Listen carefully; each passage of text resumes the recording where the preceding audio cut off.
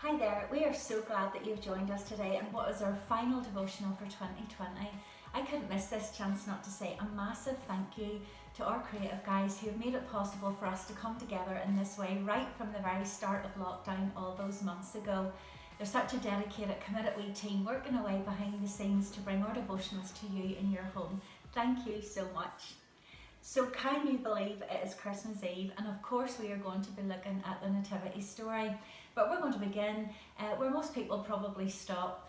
Baby Jesus has been born, the shepherds have been, the wise men have been, and Joseph gets another visitor. We are jumping in at Matthew 2 verse 13 to 15. When they had gone, an angel of the Lord appeared to Joseph in a dream. "Get up," he said, "take the child and escape to Egypt. Stay there until I tell you, for Herod is going to search for the child to kill him." So he got up, took the child and his mother during the night and left for Egypt, where he stayed until the death of Herod. So after everything that this wee couple had been through, the trauma and the shame that some people no doubt would have tried to put on them, they were engaged, Mary was a virgin, suddenly she is pregnant. That was not an easy start. And now as the pregnancy is coming to an end, they have to travel all the way to Bethlehem on a donkey, and the journey took days. This was not a tarmac road. This was a hard journey for anybody to do, never mind a young girl about to have a baby. They get to their destination and could find nowhere to stay. Can you imagine how exhausted must Mary have been at this point? They finally find somewhere and the baby is born, and now they have to flee in the middle of the night. I wondered if Mary said, "This is not how I thought it was going to be. I'm so tired. I've had enough. Is it never going to end? I just want to go home." I wonder, was Mary disappointed? Wouldn't it have just been so much easier if God had just stepped in and destroyed Herod, took him out of the picture, and then the problem would have been solved? But don't we know that God doesn't always remove the problem to provide the protection? Often he allows us to be protected in the middle of the problem. If Herod had been removed from the story of Jesus' birth, we would never have read about the protection of God for Mary, Joseph and Jesus, and we need to read about it because it gives us the confidence that as for them, so it is for us. We may have to travel through some really tough times and go through some really hard things, but even then, God provides protection. This year has been a bit mad, let's be honest, and we may not have liked it. We may wish it never had happened. We didn't want to have to go through some of the things that went on in 2020, but we got through it, and through it we did, and in the middle of it all, he provided his protection. I wonder, as I did with Mary, how many times this year did you say, "This is not how I thought this was going to be. This is so traumatic, it's too hard. I just want to go back to how things used to be. Is it never going to end?" Perhaps today you just need some reassurance that God has you covered. You may be feeling vulnerable and scared in these days, but there is a place of provision. We had no idea what 2020 was going to throw up, and we celebrated Christmas and New Year, we had Passion Conference, and then everything changed, and for some people changed forever. You know, we may have been shocked and surprised when the reality hit of what our new normal was going to be like, but it was no surprise to God. He went before us, way before this pandemic hit, and provided for us. When I think back to our series on Sundays in January about preparing for a reset, God was in it way back then. God was providing answers even before we had any questions. God knows what we need, and even better than that, he can provide it. Same God for Joseph, same God for us. You know, I love that Joseph just got up and went. He was obedient, no questions asked, because his reality was that God had proven to him time and time again that he can be trusted, that he will do what he says he will do because he is who he says he is. But Joseph's protection only came because he was obedient and listened to what God was saying. The safest place to be is in the will of God. God doesn't usually fill in the blanks, and we know he never tells us the whole story, but like Joseph, we just have to say, he done it before and he'll do it again. I have had to tell myself many times this year, God has got this. I don't know what it looks like, but I am trusting him to work this out.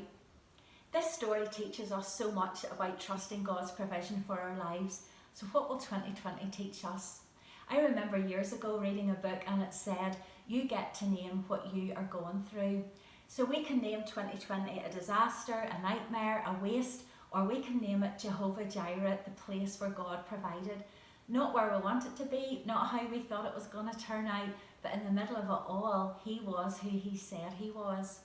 You know, as a teenager at the end of the year, I always would have been found listening to Radio 1 with my trusty tape recorder, waiting to find out who was the biggest selling artist that year. I recorded every single song, sitting with my finger on the record button, ready to hit it before the song stopped, so the DJ didn't speak over the top of it and ruin it. You kids have absolutely no idea what us oldies had to go through to listen to our favourite music back in the day. But how things have changed. Last week I got a notification from Spotify telling me my top 5 songs of 2020. It was no shock. My top 2 were The Goodness of God and Highlands by Hillsong.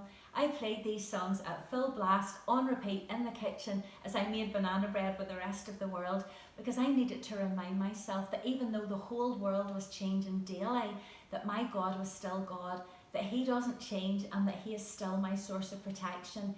Even when my circumstances do not always reflect that back to me, I had to remind myself that no matter what the world was telling me, I was still living in the goodness of God. There is one line in Highlands, and it is this: no less God within the shadows. That really was my anthem for 2020. There were many shadows looming over us this year. Shadows of fear and worry about our business, our health, our family, homeschooling, loneliness, mental health, the list goes on.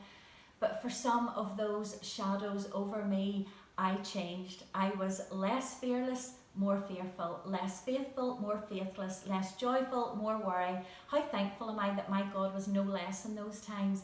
I may have been, He certainly was not. How have you coped with those shadows this year?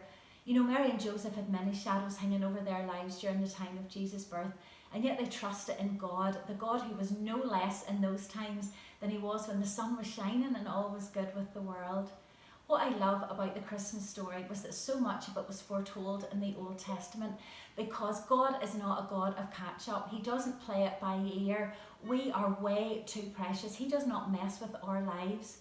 He is the God of all our yesterdays, todays and tomorrows, and because of that we can confidently walk into our future with the assurance that God has gone before us. He knows what we need and He can provide what we need.